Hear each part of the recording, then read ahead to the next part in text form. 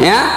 Nah, ibu bapak, saudara-saudara sekalian, mari kita dengar sekelumit sejarah Nabi. Mudah-mudahan bisa menjadi pelajaran buat kita. Pertama, Nabi itu kasihan hidupnya penuh dengan masalah. Ya, saya ulang, Nabi itu hidup beliau penuh dengan masalah. Satu, Pak, Nabi itu kasih mapamula lala watenge sampai wafat penuh dengan masalah hidupnya. Masalah demi masalah. Coba, masih 6 bulan dalam kandungan, meninggal bapaknya, yatim. Baru 3 hari setelah dilahirkan, dibawa ke desa, berpisah sama ibunya, diambil ibu susunya sampai usia 4 tahun. Coba, kalau kita kan masih sama mama tak. Nabi diambil oleh ibu susunya, dibawa ke kampung 4 tahun. Usia 4 tahun baru diambil oleh ibunya. Usia 6 tahun ibunya bilang, nak, kita pergi ziarah kubur. Berarti boleh ziarah kubur.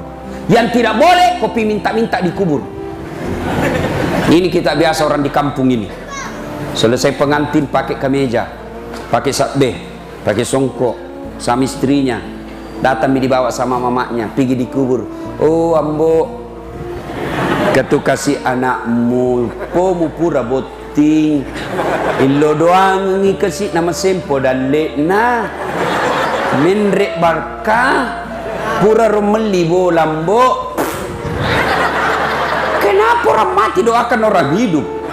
Salah kok, orang hidup doakan orang mati. Boleh ziarah kubur, tapi jangan kau salah paham. Ziarah kubur tujuannya 1, mengingat kamu akan mati. 2, menghindari fitnah dunia. Jangan sampai ke orang di kampungmu, weh, bagusnya rumahnya, mewahnya rumahnya, ndak pernah pergi lihat bapaknya. Jangan lagi kopi minta-minta, Mbok. Kau terpilih mau matu caleg, li suka mak geret dendek. Apalagi dongok-dongok begitu. Ada lagi yang lebih parah itu, pergi di pohon-pohon, nenek-nenek. Ada lagi yang percaya bahwa ada manusia kembar sama buaya, JPI. Mana ada kembar buaya manusia? Tidak ada itu. Yang ada manusia jadi buaya darat. Ya, boleh ke kubur, tapi jangan pergi minta-minta. Siram, kenapa kau siram? Supaya dingin kuburnya orang mati. Kalau betul itu air kasih dingin kuburnya orang mati, sekali pasang kau pompa air di situ. Tidak ada, semua percaya begitu. Usia 6 tahun pergilah Nabi ziarah kubur dari Makkah ke Madinah. Pulang ziarah kubur di desa bernama Afwa, Malasa, indukna Nabi tak meninggal usia 6 tahun. Bayangkan, 6 tahun kasihan Nabi sudah yatim piatu. Coba, diambil lagi oleh kakeknya Abdul Muttalib. 8 tahun, 2 tahun saja bersama kakeknya, wafat lagi kakeknya Abdul Muttalib. Coba, baru 8 tahun, biu-biu nih kasih 6 tahun na.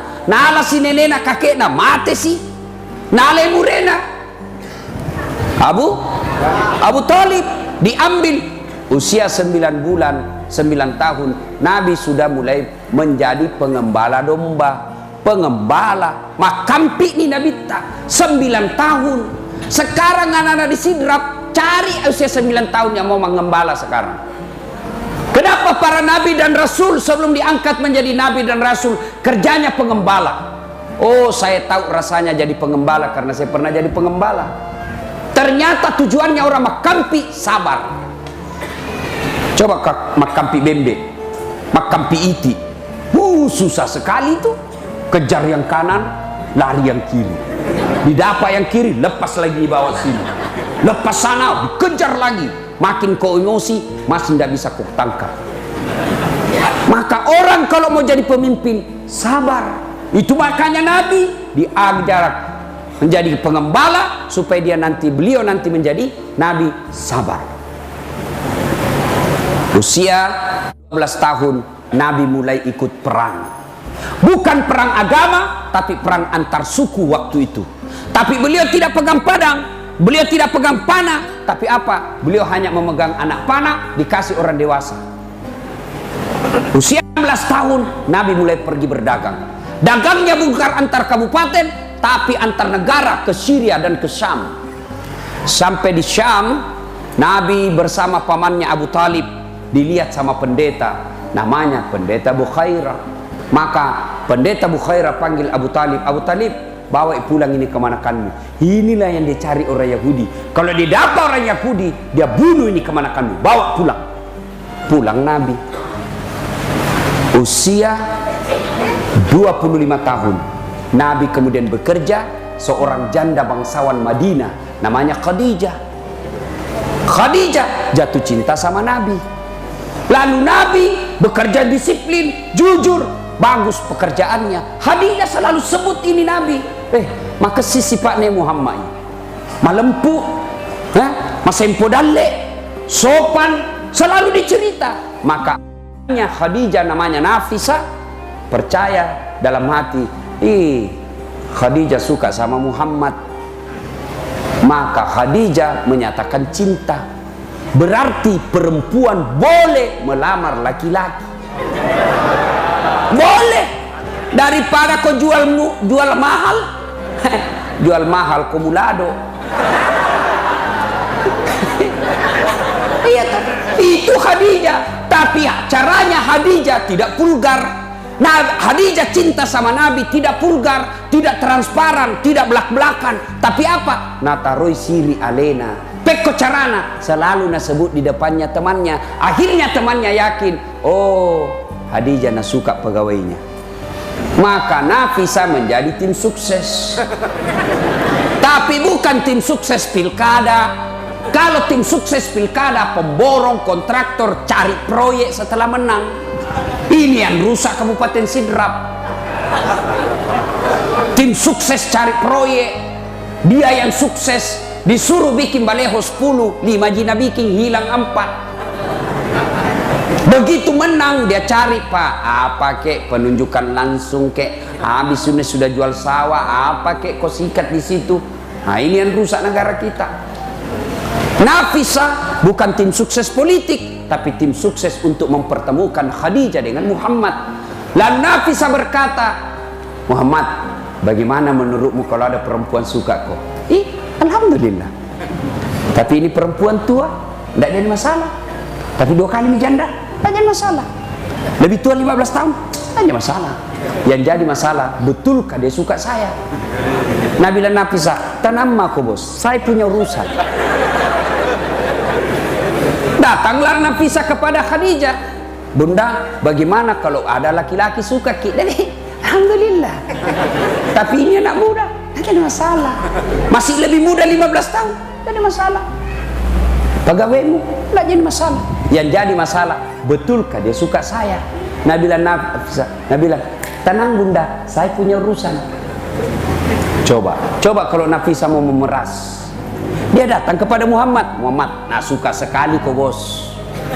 Nak puji lak deko katanya. Milo memang no melo nuang. Milo ko. Nak puji lak deko tu. Ini pemeras ini. Nikah. Setelah menikah, lahirlah anaknya. Anak pertamanya namanya Qasim. Usia 25 tahun. Nabi. Khadijah 40 tahun. Maka adik-adik yang masih jomblo, sudah sarjana kau tidak dapat kerja sampai sekarang, kau cari janda 40 tahun. Cari mako. Jangan kau lagi gengsi-gengsi.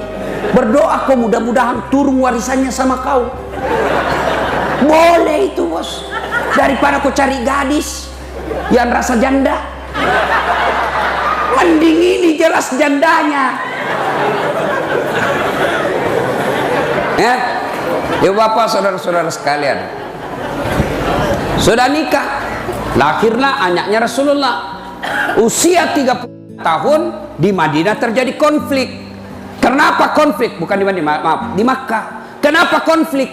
Ka'bah dipugar, diberobohkan, dipugar. Ada batu di Ka'bah namanya Hajar Aswad. Ini Hajar Aswad mau ditempel kembali di tempat pertama. Bani Hashim, Bani Bani Umayyah, 4 suku di Makkah bertengkar. Sama tong kira-kira kalau di Sidrap, Nabi bilang orang Bugis, kami lebih berhak. Nabi bilang orang Jawa, kami lebih berhak. Kata orang Makassar, kami lebih berhak. Kata orang Nderekan, saya lebih berhak. Bertengkar. Begitu juga di Mekah. Kami lebih berhak. Kami lebih berhak. Hari tidak ada penyelesaian. Musyawarah. Akhirnya apa? Sepakat. Saudara-saudara sekalian, begini. Kita tunggu saja besok. Siapa yang muncul pertama di pagi hari di pintu, maka itu yang kita tunjuk. Bagaimana? Setuju? Setuju. Ditunggulah besok pagi. Mas subhanallah, siapa manusia yang lewat pertama di pagi hari di pintu? Dialah Al-Amin Muhammad sallallahu alaihi wasallam, yang orang Mekah menggelari waktu itu sebagai pemuda Al-Amin, orang yang dipercaya. Ini mi cocok mi. Iya nah, cocok dia nana salah ye. Mama lo me yolo. Ni kamu jelok ke. Aga masalahmu. Masasa ki je ye. Apa cau me pada melok mat tempel. Nabi mengambil serbannya. Tahu serban? Siaga sudutna serbannya. Apa? Siaga to masasa. Apa? Maka Nabi tak daripada masasa ko. Ale sudutna masing-masing. Kateni. Pegang sudutnya masing-masing. Sudah itu Nabi bersabda, daripada ko ribu iya pamakai batuhe. Pendek ko serbannya. Angkat sama-sama.